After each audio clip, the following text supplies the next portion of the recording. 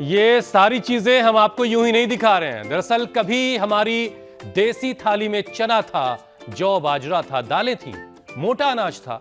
मतलब ये कि फाइबर अपने आप थाली में था मौजूद। और आज प्लेट में मैदा है, चीनी है, पैकेट वाले स्नैक्स हैं और प्रोसेस्ड फूड की भरमार है। नतीजा यह है कि लोगों का पेट फूल रहा है, सुस्ती छाई हुई है और कब्ज ने परेशान कर रखा है। एक तरीके से कहिए तो मेटाबॉलिक बीमारियों ने जकड़ रखा है। हुसैन, तभी तो सोशल मीडिया पर नया ट्रेंड अब चल पड़ा है, फाइबर मैक्सिंग, यानी थाली में फाइबर को मैक्सिमम करना। डॉक्टर्स और डाइटिशियन भी ये कह रहे हैं कि शरीर को रोज करीब 30 से 40 ग्राम फाइबर चाहिए, लेकिन ज्यादातर भारतीय मुश्किल से करीब 15 ग्राम तक ही पहुंच पाते हैं। बिल्कुल ईशा, खाने में रेशे वाली चीजें यानी कि फाइबर जो पेट का सबसे अच्छा दोस्त है वो दो तरह का होता है। पहला सॉल्यूबल फाइबर यानी कि घुलनशील, जो पानी में घुलकर जेल जैसा बनता है। ये पेट को देर तक भरा रखता है और शुगर को अचानक बढ़ने से रोकता है और खराब कोलेस्ट्रॉल को कम करने में मदद करता है। और दूसरा ये होता है कि अघुलनशील फाइबर, इसे पेट की नेचुरल झाड़ आप समझ सकते हैं। ये कब्ज से आपको बचाता है और आंतों को साफ रखने में भी मदद करता है। साबुत अनाज, गेहूं का चोकर और हरी पत्तेदार सब्जियां, फल और छिलके वाली सब्जियां इसमें काम आती हैं। अच्छा देखिए, फाइबर सिर्फ पेट का मामला भर नहीं है, यह दिल की सुरक्षा भी करता है। ब्लॉकेज और हाई कोलेस्ट्रॉल का रिस्क भी घटाता है। ब्लड शुगर को धीरे धीरे रिलीज करता है, जिससे पैनक्रियाज पर इंसुलिन का दबाव कम पड़ता है। और सबसे बड़ी बात, फाइबर आंतों के अच्छे बैक्टीरिया का खाना है। ये गट माइक्रोबायोम दिमाग तक पॉजिटिव सिग्नल भेजता है। तनाव, बेचैनी, मूड और इम्यूनिटी तक पर भी इसका असर पड़ता है। वजन कंट्रोल में भी मदद करता है क्योंकि पेट देर तक भरा रहता है। बिल्कुल, लेकिन फाइबर मैक्सिंग का मतलब अति नहीं है। अचानक बहुत ज्यादा फाइबर खाने से गैस, पेट फूलना, मरोड़, भारीपन हो सकता है। पानी कम पीने पर कब्ज भी बढ़ सकता है। इसीलिए फाइबर धीरे धीरे बढ़ाइए।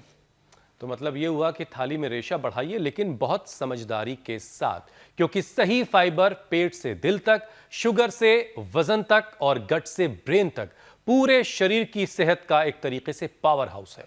स्वामी जी हमारे साथ जुड़ रहे हैं और हम स्वामी जी से जानेंगे आज कैसे हमको इसका इस्तेमाल करना है।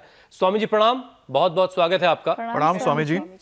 तो आज स्वामी जी खाने वाले रेशे की बात होनी है। बहुत बहुत प्रणाम। और हाँ, सब खाने पीने से लेकर के जीने का सारा हिसाब किताब बढ़िया करेंगे। ताड़ासन, तिर्यक ताड़ासन से थोड़ा पहले ये स्ट्रेचिंग हो जाए और ताड़ासन, तिर्यक ताड़ासन से, कटचक्रासन से, कोणासन, त्रिकोणासन से स्ट्रेचिंग होने के बाद फिर पावर योग में दंड लगाते हैं। जो हमारे साथ पूज्य स्वामी आर्षदेव जी आज दंड लगा लगा करके पूरे मल्ल पहलवान हो गए। और जो है जिन्होंने प्राणायाम से पूरी तपस्या करके अपने जीवन को परिष्कृत कर लिया है, ऐसे हमारे पूज्य सन्यासी और आदरणीय दयानंद जी वो कपालभाति अनुलोम विलोम में लगे हुए हैं। तो देखो, एक साथ हम यहाँ ताड़ासन, तिर्यक ताड़ासन, त्रिकोणासन, कोणासन, पाद हस्तासन और पावर योग में दंड और सूर्य नमस्कार भी हम करेंगे। आज हम एक बहुत ही प्राचीन गुरुकुल है, पहले भी हमने एक दो बार यहाँ से किया था कार्यक्रम। स्वामी दर्शनानंद गुरुकुल महाविद्यालय, गुरुकुल कांगड़ी महाविद्यालय, ये हमारी गुरुकुलीय परंपरा के गौरव रहे हैं। कभी 7 लाख गुरुकुल हुआ करते थे। अब उन गुरुकुलीय परंपराओं का गौरव यहाँ पर थोड़ा सा दृश्यमान आप देख रहे हैं। रोज सूर्य नमस्कार के साथ हर पदार्थ की एक मात्रा है, एक अनुपात है, और अनुपात के साथ हर एक पदार्थ का अनुपान, खान पान का एक तौर तरीका है। वो यदि गड़बड़ा जाए, आहार और विचार, इसी से ही हमारा जीवन का ताना बाना चलता है। और उसमें गड़बड़ी आने से फिर तमाम तरह के लाइफस्टाइल डिजीज, जेनेटिक डिजीज उभरने लगती हैं और ऑटोमेन डिजीज हो जाती हैं। कम्युनिकेबल, नॉन कम्युनिकेबल बीमारियों का खतरा मंडराने लगता है और कई बार तो जीवन ही पूरा विकट संकट में फंस जाता है।